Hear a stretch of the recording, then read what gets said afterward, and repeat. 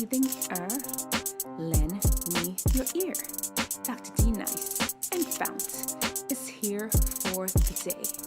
Want wisdom? We've got you. Wellness? We got you. Ears? You got two. Bones? It's got 3. Chambers? 4. In your heart for doing right? 5. Keys, your game's all tight. FOUNT. Get your mind right and your body tight. Get your mind right and your body tight. Get your mind right and your body tight. Hello, hello, hello, hello, hello, hello, hello. How are you all doing? Welcome to episode number 87 of Talking Truth to Teen Issues Tissues. Achoo. Thank you so much for tuning in. Listen, today is going to be a good day.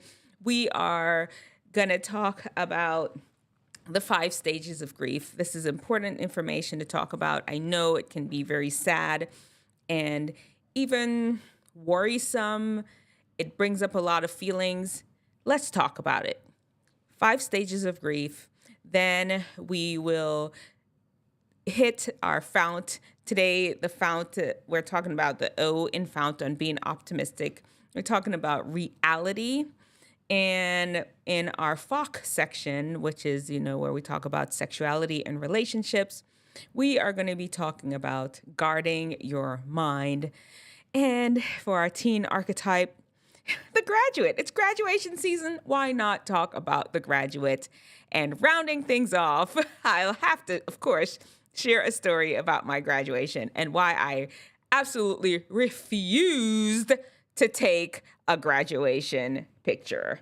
I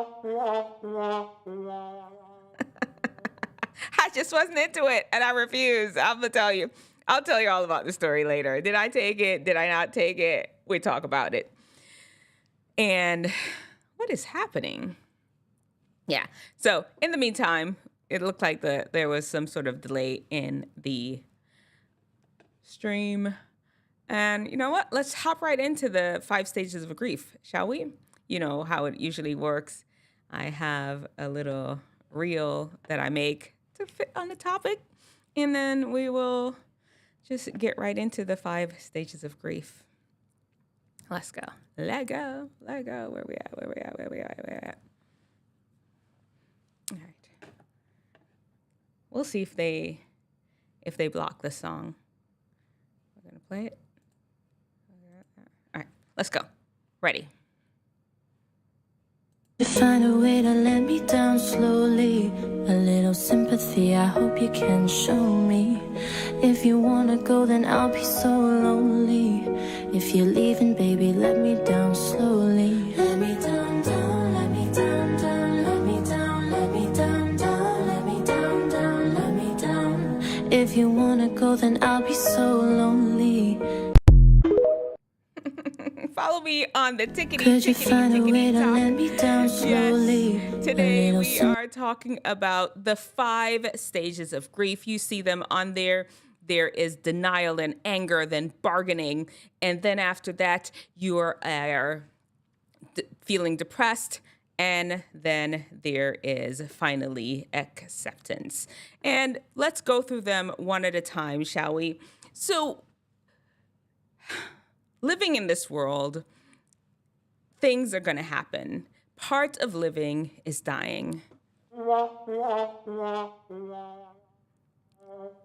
It happens. That's just part of being alive. You have to accept the being alive part as much as you have to accept the death part. It just happens. We are all going to die at some time. And we're never ready for it. Even if the person you hate dies, it's still a jarring thing because what it does, it puts us in touch with our own immortality. And we come up on the fact that this person is not there anymore. You'll never see them anymore. You'll never be able to hug, to talk, to call them if you need their help, if they're your best friend that you used to always call anytime something happens. You want to pick up the phone like, oh man, like, what do I do? What do I do now? And there's an empty space in your heart, especially because this person is just gone. Let's go through the 5 stages and we'll work through them together. These stages were developed by, and I can't remember the person's name. If you can remember the person's name, you let me know in the comment section below. And they are, and I'll tell you a few things about them as we go through them. So typically the first stage is denial. It's just, no, this can't possibly have happened. You're just not ready to deal with the loss. You honestly know that, okay, something happened. They're not here. You're not ready to deal with what has happened. And so the best thing really to do for you at that moment is, okay, we're just going to make believe it didn't happen. And you go into this denial state until you're just really ready to deal with it. You're off business as usual. You're back to work the next day. Your schedule is full. You're back in school the next day. You're out on the football field, just catching passes and dipping and dodging like nobody's business. Maybe even overdoing it because you really are trying to prove to yourself and even to other people that no big deal, nothing happened, I am not fazed, and this is normal. It is okay to just pace yourself in order to deal with this loss when somebody's gone, somebody has died. And it'd be okay also during this time of denial to just talk it over with a trusted friend. And if you are seeing somebody go through this phase of denial, and you're like, how come they not crying? Didn't something happen to their brother? How they gonna, if that was me, I wouldn't even be up in here like that. No, it is not you. And we all deal with grief and death differently. That is step 1. The next one is anger. You're angry at people around you.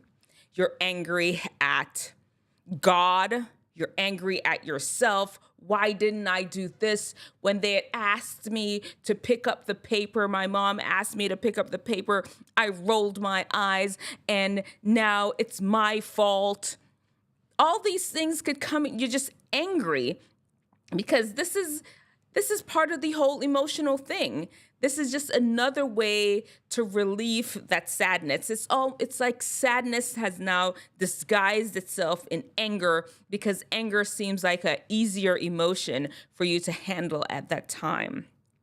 And sometimes very well, there may be reasons to be angry. Maybe somebody is at fault why your sister's not with you. She was driving a car and somebody wasn't paying attention, ran into her, and she died during the accident. And that's why she's not here. It could be somebody's fault. You very well could have a reason to be angry. And during this anger phase, the good thing about anger is there's a lot of adrenaline in anger. There's a lot of energy associated with anger. And it really responds to doing something physical.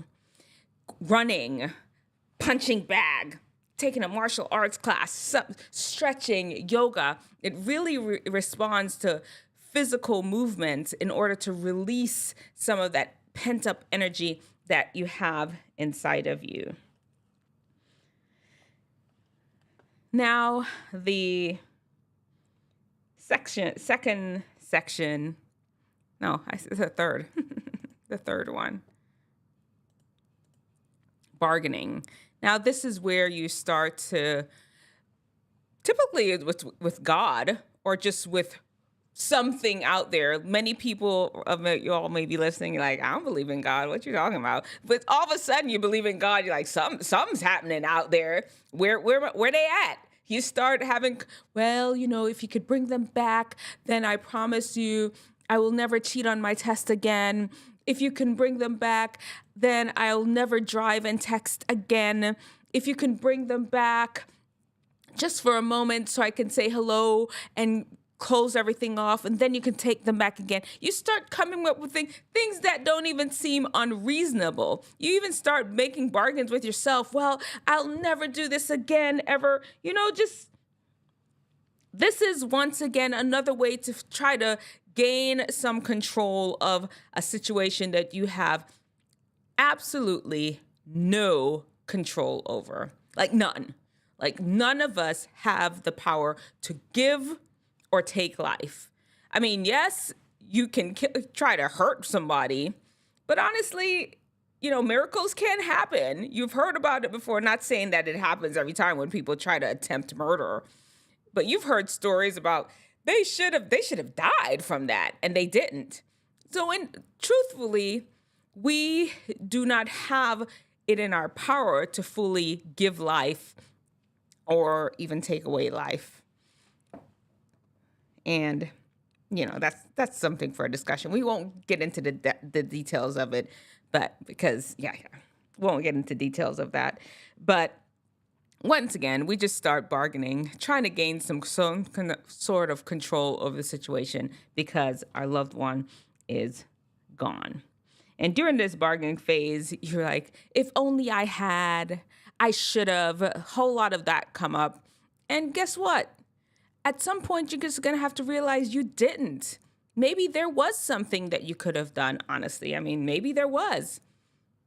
You didn't. You couldn't. There's something preventing you from doing it at the time. There's a social person, a sociologist, and his theory is that we make our decisions based on where we are at that moment, based on the information that we have at that moment. And I can't remember what he called it. I'm sorry. There's a bunch of things I just said I can't remember. But right now, the decision that you made was based on where you were at that moment. Next week, you may not even would have made that same decision. And it's the same thing with bargaining.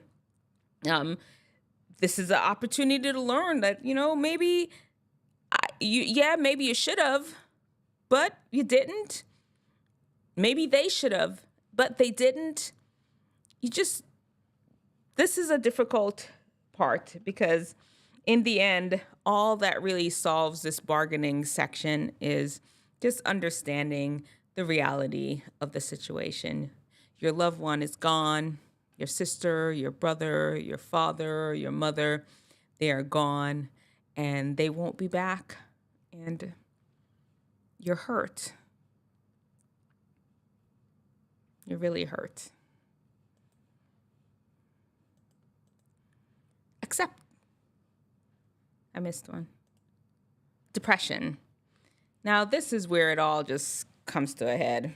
You're just like, okay, they're not back. They're not coming back. And you slip into a deep sadness. You feel an empty loss. And you're just not doing well. Sometimes you can't sleep. Sometimes you can't eat. Sometimes your thoughts are on them all the time. And there's a sadness that overtakes you. And during this time, the best thing to really do is really just focus on your wellness, focus on helping other people. There's something about helping others when you're not feeling great yourself that uplifts you.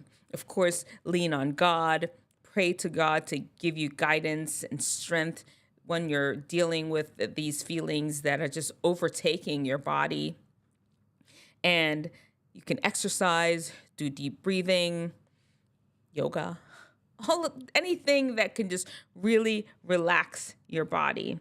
And just know that sadness is okay. There's nothing wrong with it. It's part of the phase that you're going to go through. You've lost a loved one. And the last phase is finally acceptance. They're gone. They'll not come back. And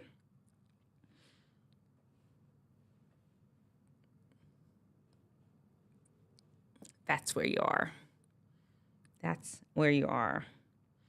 You may have learned from the situation and end up on the other side, making some changes in your life to to say, you know what, I'm going to start living each day as if it's my best.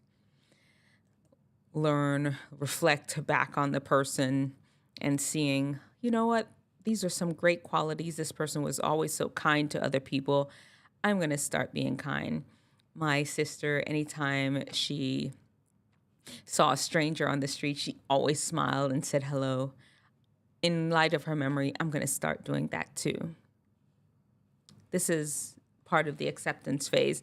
And as we speak about each of these phases, let me really emphasize to you, these are not linear. I mean, yeah, they can occur just like that. Denial, anger, bargaining, depression, acceptance. Yay. They can occur one right after the other sequentially like that. But sometimes you can jump straight into depression, straight into anger, straight into bargaining, straight into acceptance. They can kind of bounce all around, but these 5 phrases are pretty much common in all parts of grief. The other thing, too, is you can move slowly through them. 3 months, 4 months, 5 months, you're still wrestling with all of this. Or you could just go through them quickly. Because a lot of times it's said that if your relationship was good with the person, then your grief tends to be not as,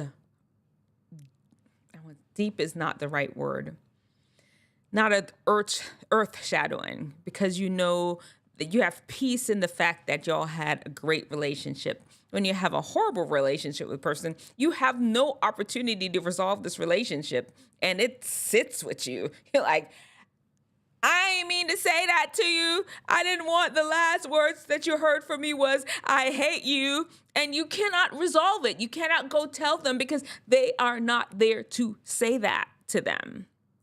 They're not there. That's why it's important to make sure that as we interact with each other, make sure your loved ones know that you love and care for them. Agree with your enemy when they're right there, or you're not your enemy, with anyone when they're right there with you. That is the best thing to do to avoid having this guilt on you if something happens to them and you just didn't have an opportunity to clear up any misunderstandings that you all may have had. I wish you all the best as you deal with any death or any loss that you may have had. And just understand that it can take a while. And if you feel that you're just not managing it well, that you're lost in depression and it's continuing longer than you think, or you just need somebody to talk to, please reach out to someone. You can even start at 988. That's the depression hotline. You can talk to your medical doctor. You can talk to your pastor or any spiritual leader. You can talk to your friend. Don't keep this all inside. We're all, as humans, meant to be supportive for each other through times of sadness. And this is going to be the best time that you lean on somebody that wants to help. All right. Let me know in the comment section below. Did I miss anything? Any important facts about dealing with grief? Put it in the comment section below. Take care and God bless. All right, guys, let's go into our FOUNT section. Our FOUNT is the 5 keys to wellness and wisdom to help you unlock your best. And man, hold on. Where's my... There we go. Oh, today we're talking about the O in the FOUNT. The O in FOUNT is for optimistic, and the first is reality, recognizing reality. The first step to being optimistic, there are 3. Recognize reality, make a positive move, connecting with love. Today we're going to talk about recognizing reality. Remember, to be able to feel a positive, uplifting life, you have to be able to know what's real and what's false, what is fake news. Because it really helps you in your decision making. What do you do from there? If you have the right information, you can make the right step from there. You don't want anybody lying to you. You don't want to lie to yourself. You don't want to incorporate wrong information into your decision-making process. Recognizing reality, make sure that you're having trustworthy news places and trustworthy places from which you make your decisions. And you know what? The Bible is a great place to start. It really is. That is one of the main reasons why Dr. D. Nice in front of you here is such a happy, optimistic person. I really trust in God and I believe his words. All right. Let's do it. FOCK. This is our time where we talk about relationships and sexuality. Today, we're going to talk about guarding your mind. Listen, there's a whole bunch of crap on the internet. I opened my Wisdom Teethinger Instagram today. I'm just trying to load up my own business, trying to load up my videos for the day so I can share it with y'all. There's somebody in my DM talking about show me your cha-chas, your boobs. Titties is the word they use. I'm like, what? Like, what is wrong with people out there? What is going on in people's mind? Why would somebody be sitting on the computer and feel it's okay to type something like that to a random stranger that they don't know? Sometimes I'll be thinking, is that a random stranger? They are like, what do they call it? Catfishing? They're disguised as something. Maybe it's somebody I know. Is that you? Did you put that message in my Instagram? Back up. Don't play like that. Be careful how you're out there interacting with social media. Guard your minds. There are a lot of perverts out there. There are people that have absolutely no moral compass, no care about the things that they say to people and how they interact with others. Just nasty, gross, disgusting. They're just perverts. Don't even play with them. Don't let them into your sphere. Don't let their words penetrate your soul because they are disgusting and they don't need your energy. Whoever you are that left that message in my DM, you are sick and gross and disgusting. Back up off me. Get out of my life. Get out of my DMs. And that's how y'all need to treat anybody that come up with you with nasty stuff. Don't just block them out. Don't get in no conversation with them. Block them out of your life because there's some really nasty, disgusting people out there and they don't deserve your energy. They don't deserve your time. All right. Next, right now, our next thing we're talking about is hold on, let me grab something. There's something I needed to show you all today. Okay.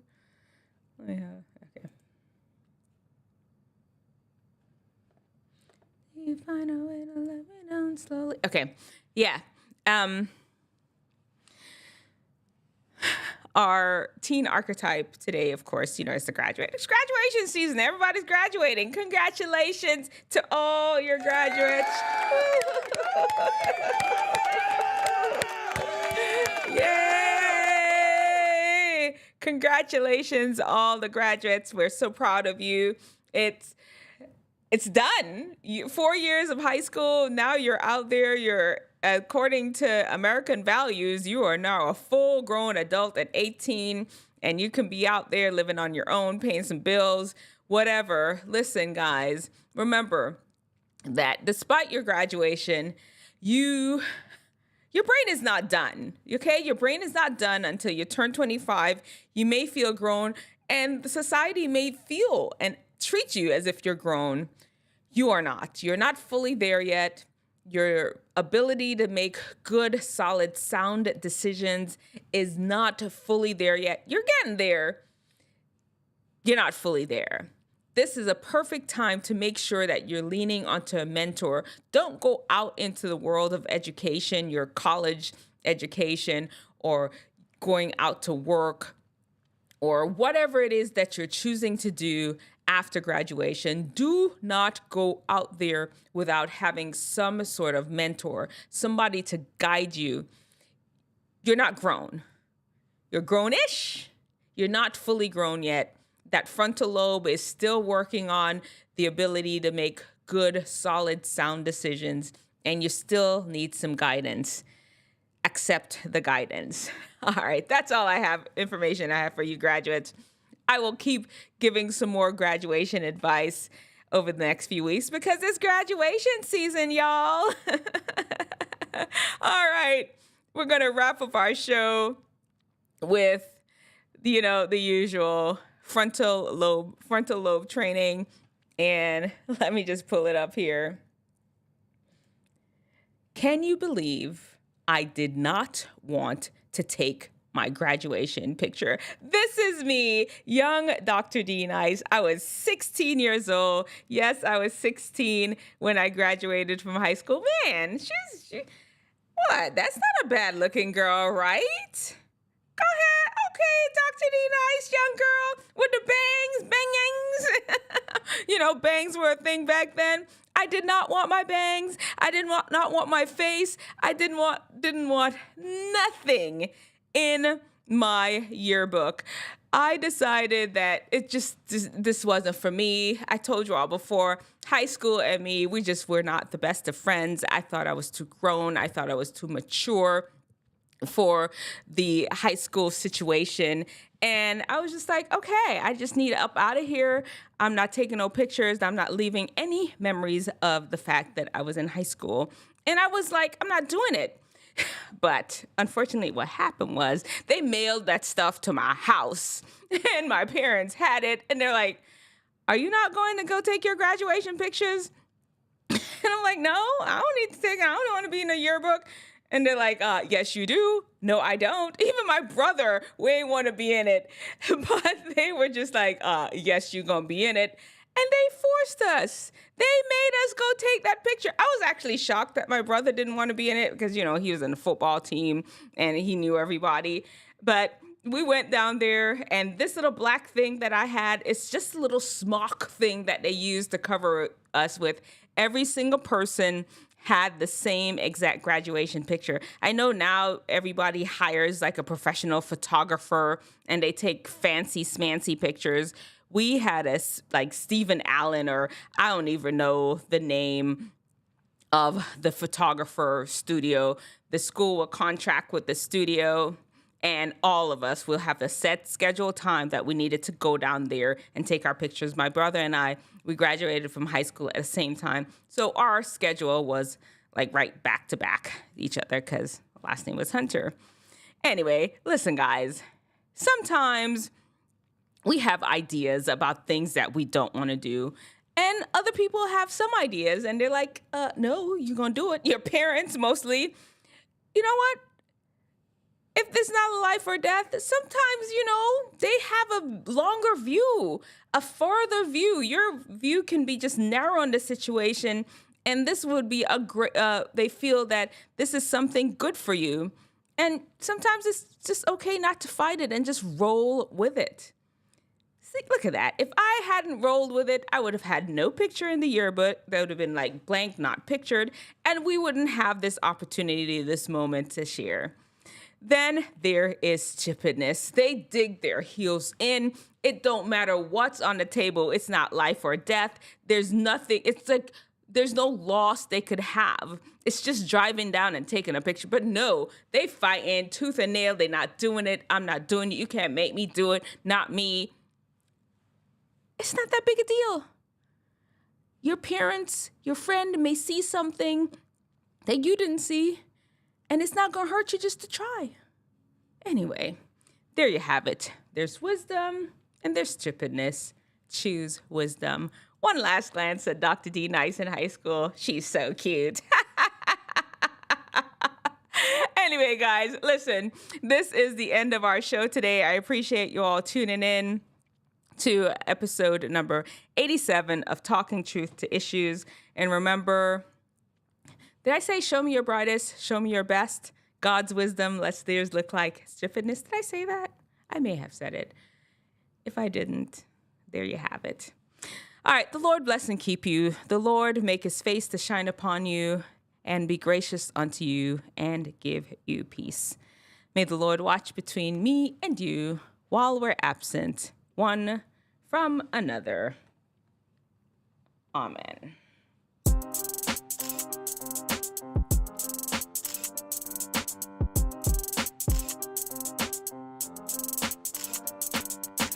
Wisdom teething lend me your ear. Dr. D Nice and FOUNT is here for the day. Want wisdom? We've got you. Wellness? We got you. Ears? You got two. Bones? It's got 3. Chambers? 4. In your heart for doing right? 5. Keys? Your game's all tight? FOUNT. Get your mind right and your body tight. Get your mind right and your body tight. Get your mind right and your body tight.